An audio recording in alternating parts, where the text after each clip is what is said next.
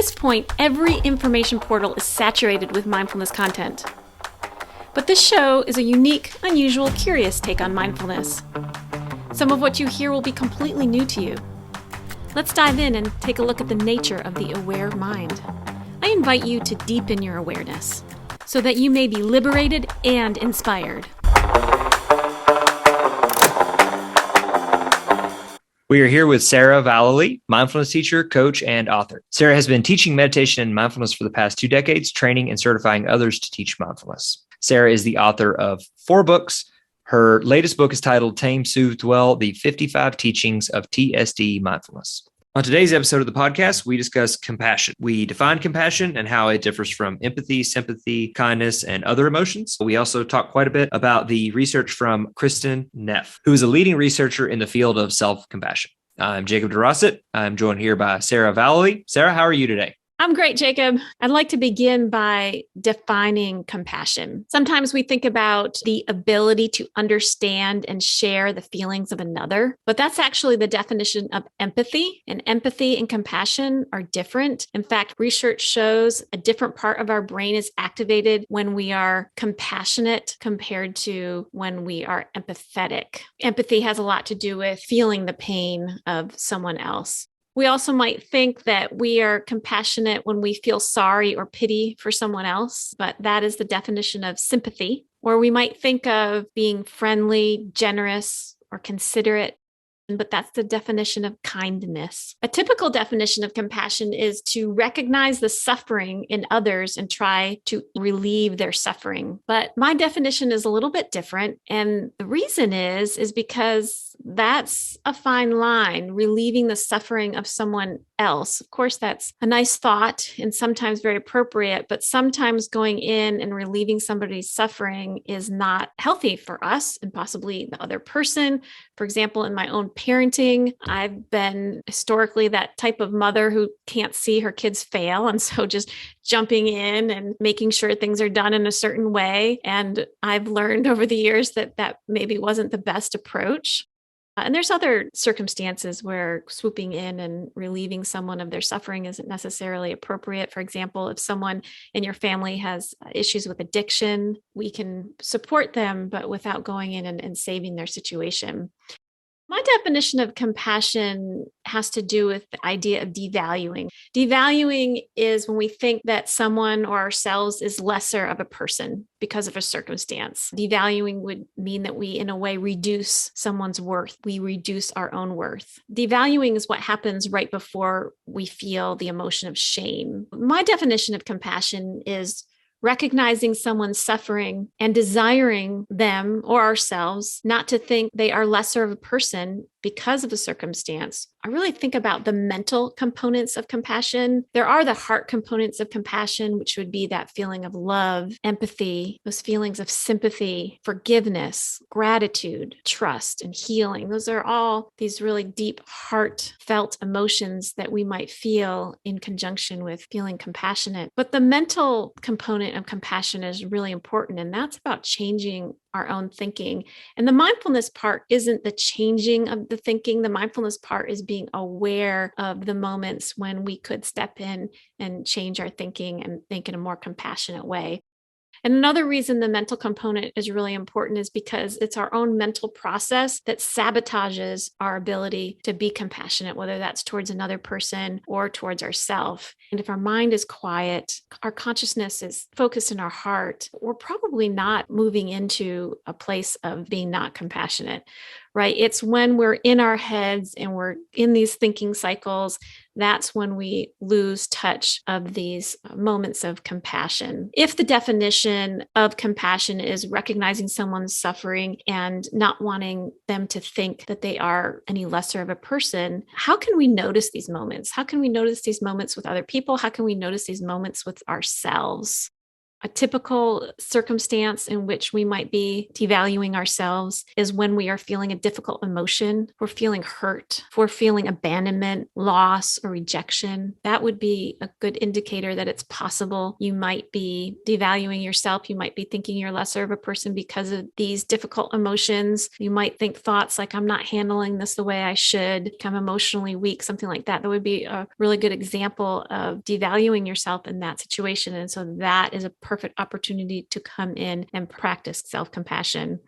Another scenario would be if you're in a difficult mental state, such as depressed, feeling pressure. If you're in a difficult circumstance, such as losing your job, going through a divorce. If you're dealing with a medical issue or an injury, we might start devaluing ourselves. Oh, I should have been more responsible. I feel so incapable because of my circumstances. And that would be a perfect time to come in with some self-compassion. Or if you feel like you're being targeted, that would be another typical example. So I actually had an experience recently of doing the thing when you're driving in the car after just having left a social interaction and thinking like, oh, wow, I'm really underachieving right now. I need to get home and do all these things, and then being upset with myself for allowing things to get to the place where they are now, just doing the whole thing, absolutely going through it, making a whole list of all the things that I was doing wrong, how delusional I've been lately and distracted, really judging my social interactions with others, feeling like being distracted during social interactions and not being with the person. I'm trying to connect with people, but then there's many people around.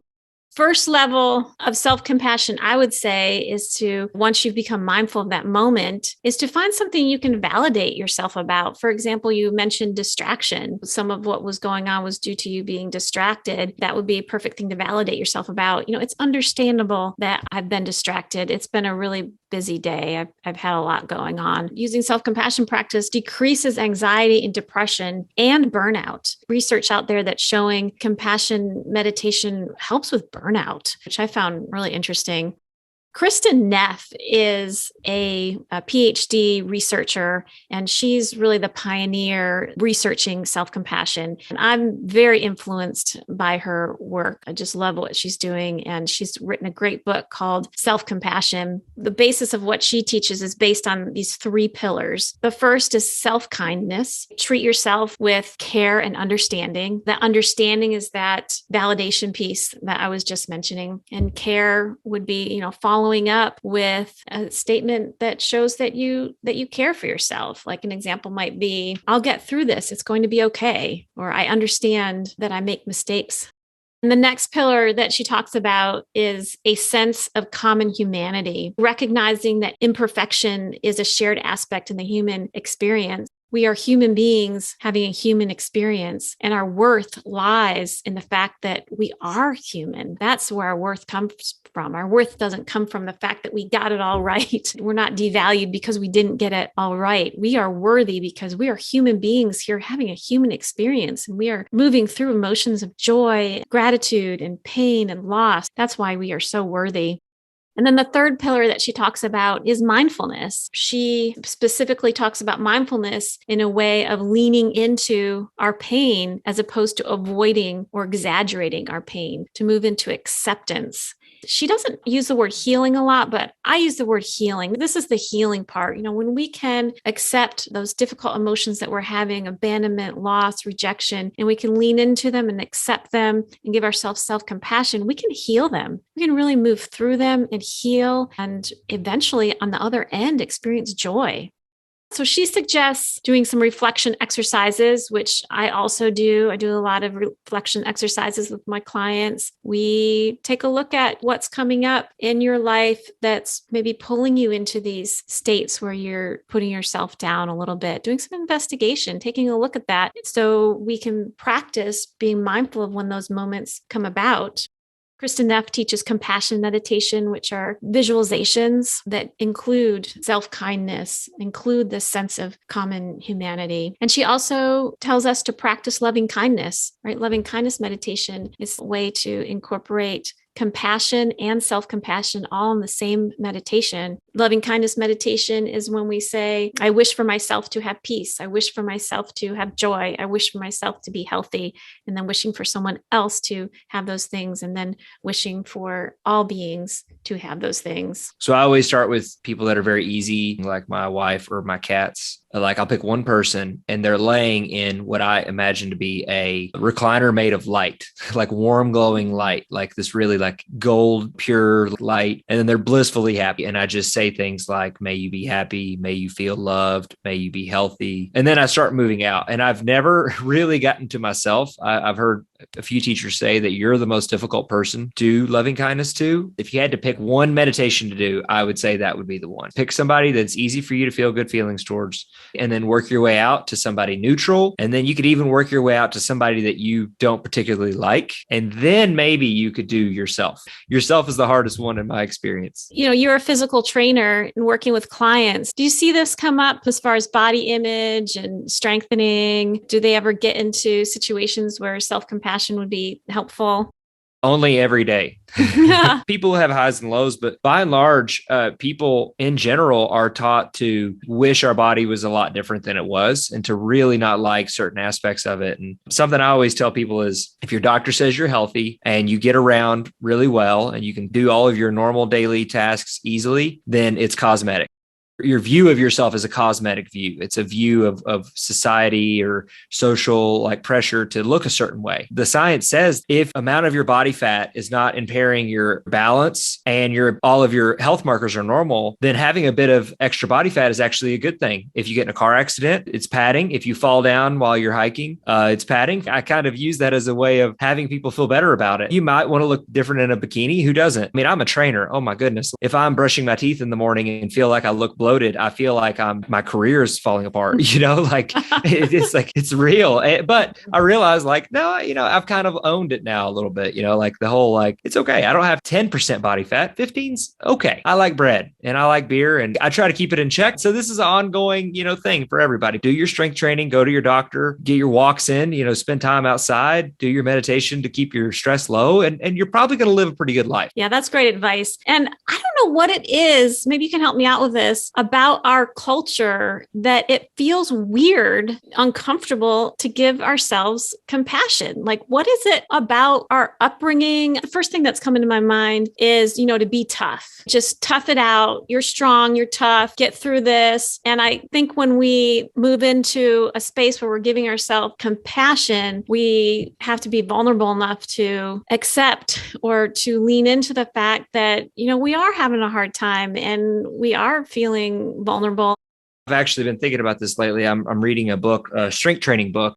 There's this brilliant line in it about how being an athlete is walking a line between overtraining and laziness, that you should really try to find that line of overtraining and being lazy, meaning more often than not, you should probably take it easier than you think in regards to pushing yourself because of all of the life factors that are going to be affected by your getting overtrained, getting your hormones off balance. You need to be a disciplinarian to get to the gym. And as soon as you get to the gym, turn into a nurturer. Get there every day, really make it happen, and then be easy when you get there.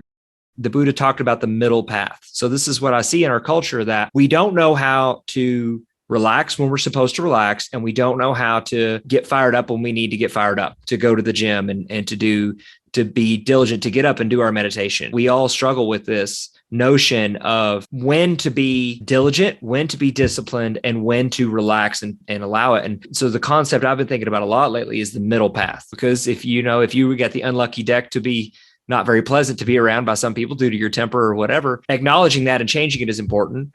But at the same time, telling yourself that you're a bad person because you get angry doesn't work either, right? There's the middle road there. Yeah, I love that about pushing yourself to get to the gym. But once you get to the gym, be a nurturer. What might be an example of how we can nurture ourselves when we're in that situation?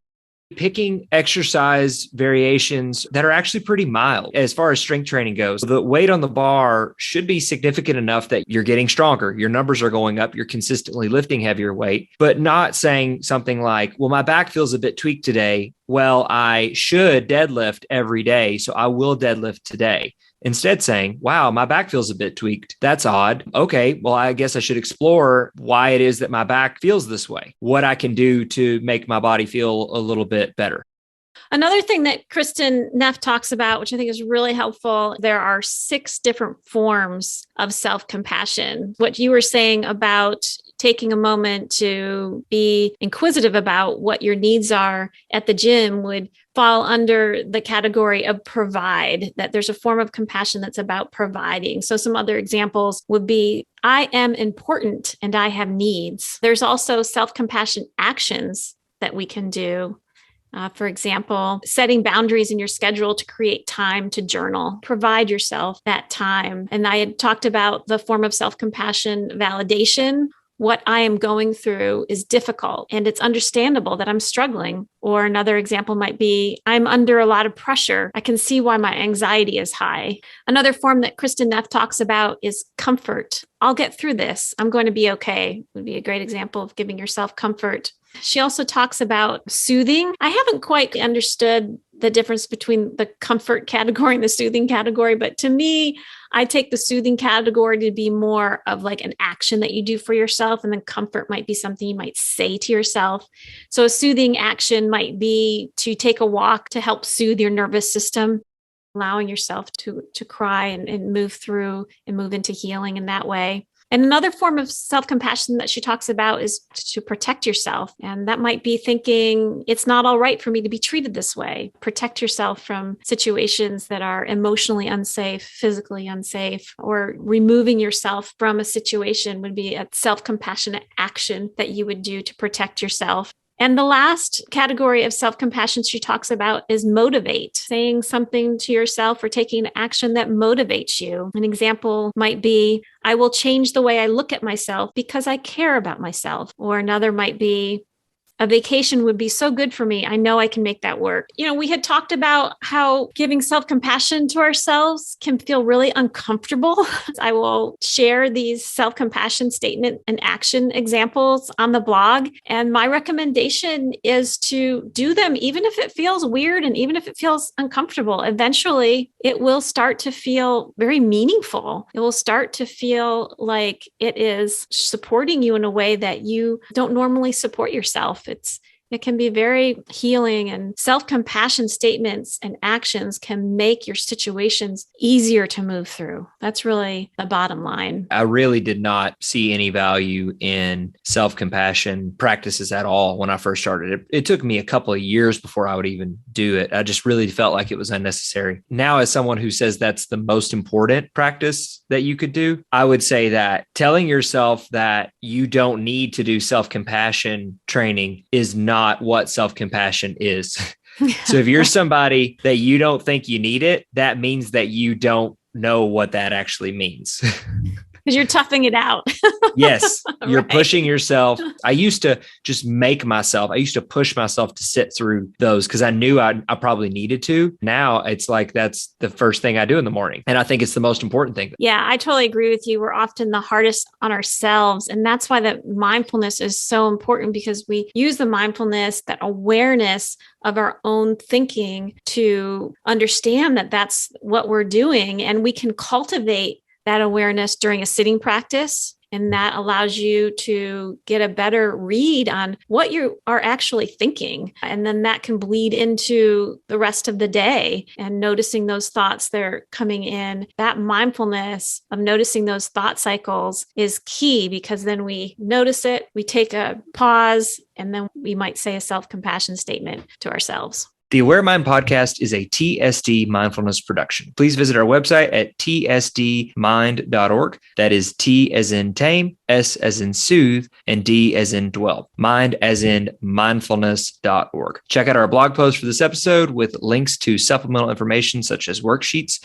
you can use to put into practice the mindfulness skills shared in this episode. Also, please sign up for our newsletter and receive mindfulness tips. And don't forget to follow us on Instagram at aware_mind_podcast. Thank you.